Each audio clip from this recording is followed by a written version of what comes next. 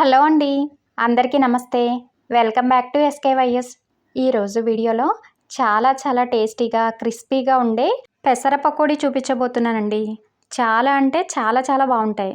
పైన క్రిస్పీగా, లోపల సాఫ్ట్గా, తిన్న కొద్దీ తినాలనిపించేలా ఉంటాయి. ఉదయం బ్రేక్ఫాస్ట్గా అయినా, సాయంత్రం స్నాక్స్గా అయినా చేసుకోవచ్చు. ఇంకా ఆలస్యం చేయకుండా పెసర పకోడీ ప్రాసెస్ ఏంటో చూసేద్దాం. ముందుగా ఒక గిన్నెలోకి 1 గ్లాస్ పెసరపప్పు వేసుకుని నానబెట్టుకోవాలి. ఈ పెసర పకోడీకి పొట్టు పెసరపప్పు మాత్రమే తీసుకోవాలి. 1 గ్లాస్ పెసరపప్పును గిన్నెలో వేసి శుభ్రంగా 2-3 సార్లు కడిగి నిండుగా నీళ్లు పోసి 4 నుంచి 5 గంటలు నానబెట్టుకోవాలి. ఉదయం బ్రేక్ఫాస్ట్గా అయితే నైట్ నానబెట్టుకోవచ్చు. సాయంత్రం స్నాక్స్గా చేసుకోవాలనుకుంటే 4-5 గంటల ముందు నానబెట్టుకుంటే సరిపోతుంది.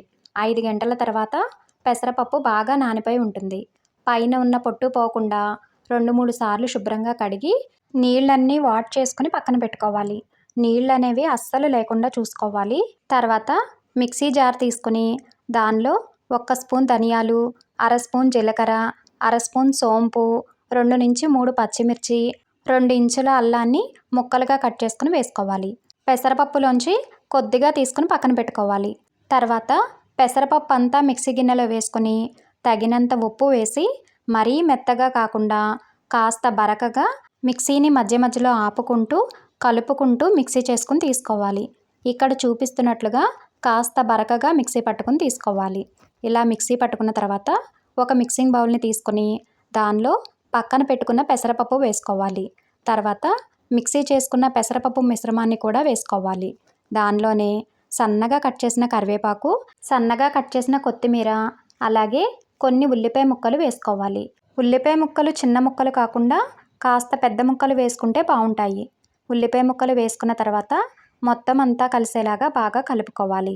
అలా కలుపుకున్న తర్వాత పకోడీ వేసుకోవడానికి పిండి కన్సిస్టెన్సీని చెక్ చేసుకోవాలి. ఇక్కడ చూపిస్తున్నట్లుగా ఇలా చెక్ చేసుకుంటే పిండి పలుచగా ఉన్నట్లయితే కాస్త బియ్యం పిండిని వేసుకుని కలుపుకోవాలి. పిండి సరిపడా కన్సిస్టెన్సీలో ఉన్నప్పటికీ 2 స్పూన్ల బియ్యం పిండిని వేసుకుని కలుపుకుంటే పకోడీ ఎక్స్ట్రా క్రిస్పీతో చాలా బాగుంటాయి. బియ్యం పిండిని కూడా వేసుకుని మొత్తం అంతా బాగా కలిసేలాగా కలుపుకోవాలి. పిండి కన్సిస్టెన్సీ కరెక్ట్గా ఉన్నట్లయితే బియ్యం పిండిని వేసుకోకపోయినా పర్వాలేదు. ఎక్కువ క్రిస్పీ ఇష్టపడే వాళ్ళు 2 స్పూన్ల బియ్యం పిండిని వేసుకుని కలుపుకోవచ్చు. పిండి కన్సిస్టెన్సీ అనేది ఇక్కడ చూపిస్తున్నట్లుగా ఉంటే సరిపోతుంది. ఇలా పిండిని కలుపుకున్న తర్వాత సాల్ట్ చెక్ చేసుకుని అడ్జస్ట్ చేసుకుని డీప్ ఫ్రైకి సరిపడా ఆయిల్ పెట్టుకుని ఆయిల్ వేడెక్కిన తర్వాత ఫ్లేమ్ని మీడియంలో పెట్టి పిండిని చిన్న ముద్దలుగా తీసుకుని ఆయిల్లోకి డ్రాప్ చేసుకోవాలి. మరీ పెద్దగా కాకుండా మరీ చిన్నగా కాకుండా పకోడీ వేసుకోవాలి. పకోడీ వేసిన వెంటనే కలపకుండా 2 నిమిషాలు వేయించుకున్న తర్వాత అప్పుడు కలుపుకుంటూ మీడియం ఫ్లేమ్లో క్రిస్పీగా అయ్యేంత వరకు వేయించుకోవాలి. ఈ పకోడీ అస్సలు నూనె పీల్చవండి. ముఖ్యంగా మనం చూసుకోవాల్సింది పప్పుని నీళ్ళన్నీ వాష్ చేసుకుని తీసుకోవాలి. అలాగే పెసరపప్పు మిక్సీ చేసుకున్నప్పుడు కూడా అస్సలు నీళ్ళు అనేవి వేయకుండా మిక్సీ చేసుకోవాలి. అలా తీసుకున్నట్లయితే పకోడీ అస్సలు నూనె పీల్చకుండా చాలా క్రిస్పీగా వస్తాయి. వీటిని బాగా వేడి నూనెలో వేసుకుని మీడియం ఫ్లేమ్లో మాత్రమే వేయించుకోవాలి. ఇలా క్రిస్పీగా వేగిపోయిన తర్వాత వాటిని ఒక ప్లేట్లోకి తీసుకోవాలి. అదేవిధంగా మిగిలిన పిండిని కూడా వేసుకుని ఇలాగే వేయించుకుని పక్కకు తీసుకోవాలి. అంతేనండి, చాలా టేస్టీగా ఉండే పెసర పకోడీ రెడీ అయిపోయినట్లే. చాలా బాగుంటాయి. పైన క్రిస్పీగా, లోపల సాఫ్ట్గా, తిన్న కొద్దీ తినాలనిపించేలా ఉంటాయి. నూనె కూడా అస్సలు పీల్చవు కాబట్టి ఎన్ని తిన్నా కూడా హెవీగా లేకుండా లైట్గానే అనిపిస్తుంది.